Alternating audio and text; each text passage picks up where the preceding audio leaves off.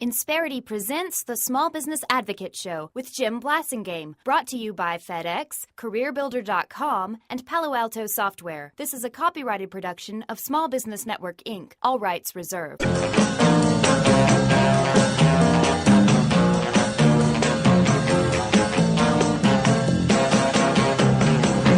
best things in life are free, but you can give them to the birds and bees. I keep on. Welcome back, 7 till the hour. Thanks for hanging out with me. I'm Jim Blasingame. 17 till the hour, I should say. I didn't say that right. If you're going to be a talk show host, you got to be able to tell time. 17 till the hour, I'm Jim Blasingame, and I am the Small Business Advocate. Please check out my website, smallbusinessadvocate.com. Having a great visit with our good friend Rick Newman, the author of Rebounders, A Winner's Pivot from Setback to Success. He's also a financial columnist for Yahoo Finance. And our good friend, longtime Brain Trust member, Rick, thanks again for staying with us. Recently, you wrote an article called Plenty of Job Openings, but Not for You. There are millions of jobs in America going wanting for a number of reasons, but one of the main reasons is that there are no qualified people for those jobs. What do you think? Yeah, everyone's trying to figure out why is unemployment staying so high, and no one has a real straightforward answer. But what economists are now saying, this looks like a long-term problem.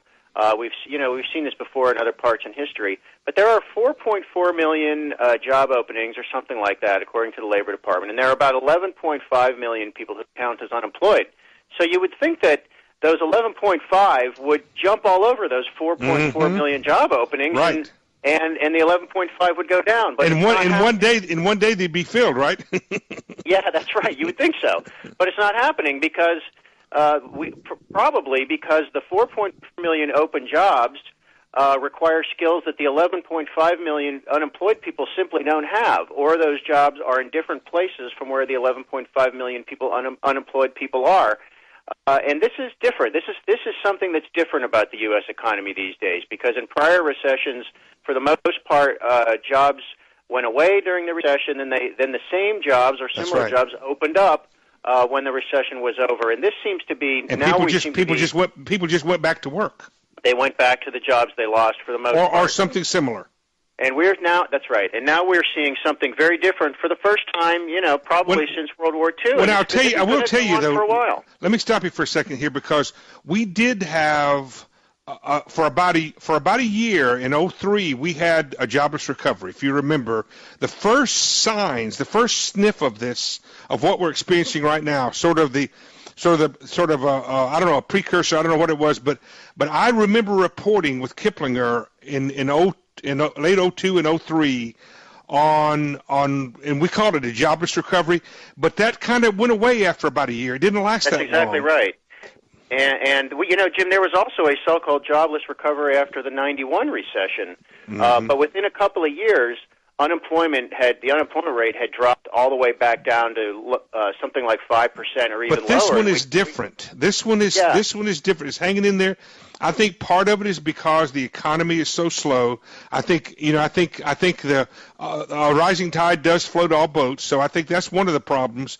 But there is a real concentrated problem right now with people who are not qualified. I'll give you an example. We hired a person a couple of years ago. We had an opening a couple of years ago, and we need somebody who can use technology, who can use Excel and has some computer skills.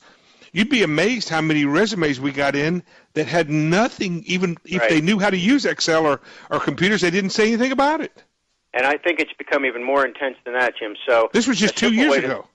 A simple way to think about it is manufacturing jobs that used to be assembly line work, mostly manual labor. Now you need technical skills to operate robotic machinery and things like that. High-tech manufacturing is replacing manual labor manufacturing. It's doing it very rapidly.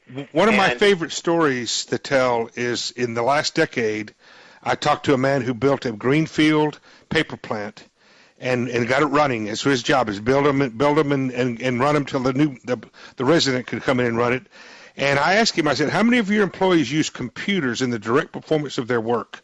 He said 100%. All of them, right. And I said, how many employees do you have? He said, half as many. He said, 400, half as many as the same plant I built in the 90s.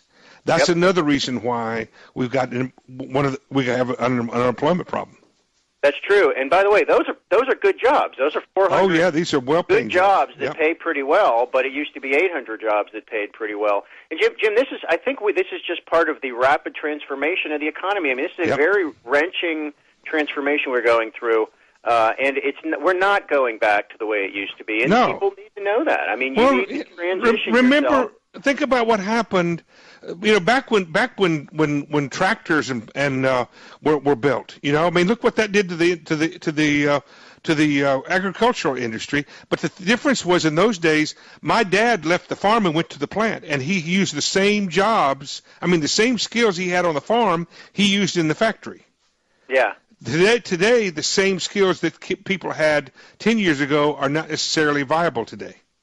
That's right, and this points to something that's really important, which is people need to keep their skills sharp and fresh. I don't care what industry you're in. I mean, you need to always be thinking, what's the next thing I need to learn? Where is the work going? And it's what am the I reason going to need to know in 5 or 10 years? It's the reason why, Rick, I've said for a long time, if Washington really cared about the things that they act like they care about, there would be a hue and cry to get everybody up to speed and trained for a job. There'd be competition, people lined up out the door for these technical jobs, not people wondering why they're not trained.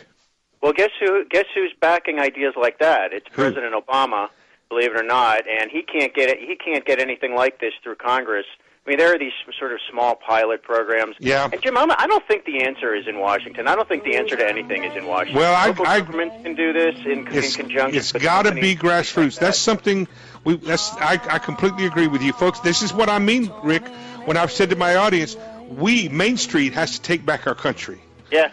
10 till, right back with Rick Newman. His book is called Rebounders. Check it out. Quick break. Stay with me.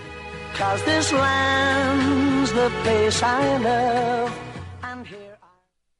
Insperity presents the Small Business Advocate Show with Jim Blasingame, brought to you by FedEx, CareerBuilder.com, and Palo Alto Software. This is a copyrighted production of Small Business Network, Inc., intended for the private use of our audience. Except as otherwise provided by copyright law, all other copying, redistribution, or publication without prior written consent is prohibited. All rights reserved.